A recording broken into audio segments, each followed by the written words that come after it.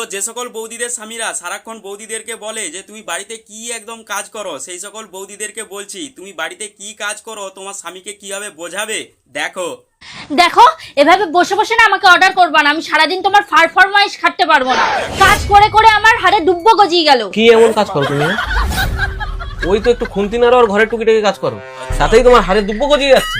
খুন্তি নাড়ো আর ঘরের টুকিটাকি কাজ করো, তা একদিন তুমি এই কাজগুলো করে দেখো না কেমন লাগে। ঠিক আছে, আমি কালকেই তোমার সব কাজ করব, আর শিখিয়ে দেবো কিভাবে কাজ করতে হবে। The next day. কি হলো নবাবের বেটি? 5:30 বাজে, এবার দয়া করে ঘুম থেকে উঠুন।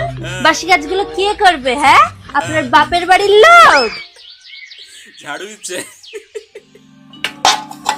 কি ব্যাপার মহারানী, এরকম নকর ঝকর করলে তো হবে না, একটু জোরে জোরে ডলো, এরপর আবার কাপড়গুলো কাচতে হবে। দাদা এবার বুঝছে ঘরের কাজ করা কি জ্বালা। বাহ বাবা বাবা বাহ, মহারানীর এখনো জামা কাপড়ই কাঁচা হয়নি, এদিকে উঠুন বাড়ি সব নোংরা হয়ে পড়ে রয়েছে। আজকে তো কিচ্ছু পরিষ্কার হবে না, আমরা সবাই নোংরার মধ্যেই থাকবো, তাই না? বাপের বাড়ি থেকে কিচ্ছু শিখিয়ে পাঠাইনি, গছিয়ে দিয়েছে আমাদের কপালে। এগুলো শাশুড়ি বলে। ব্যাপারটা কি? হ্যাঁ, আজকে কি রান্না বান্না হবে নাকি আজকে আমরা উপোস করেই থাকবো? তাড়াতাড়ি করো, গতরটা একটু নাড়াও। গতরটা নাড়াও। কি জ্বালা, রান্নাও করছে।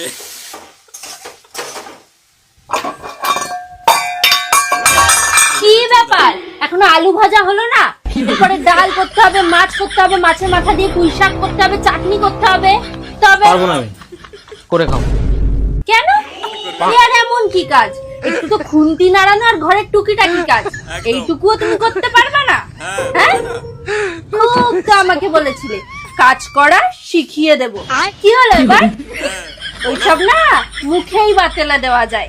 আমরা ঘরের বউরা যেই কাজ করি সেই কাজ করতে গেলে না তোমাদের 10 বার জন্ম নিতে হবে। একদম বাস্তব। সরো, আমি করছি।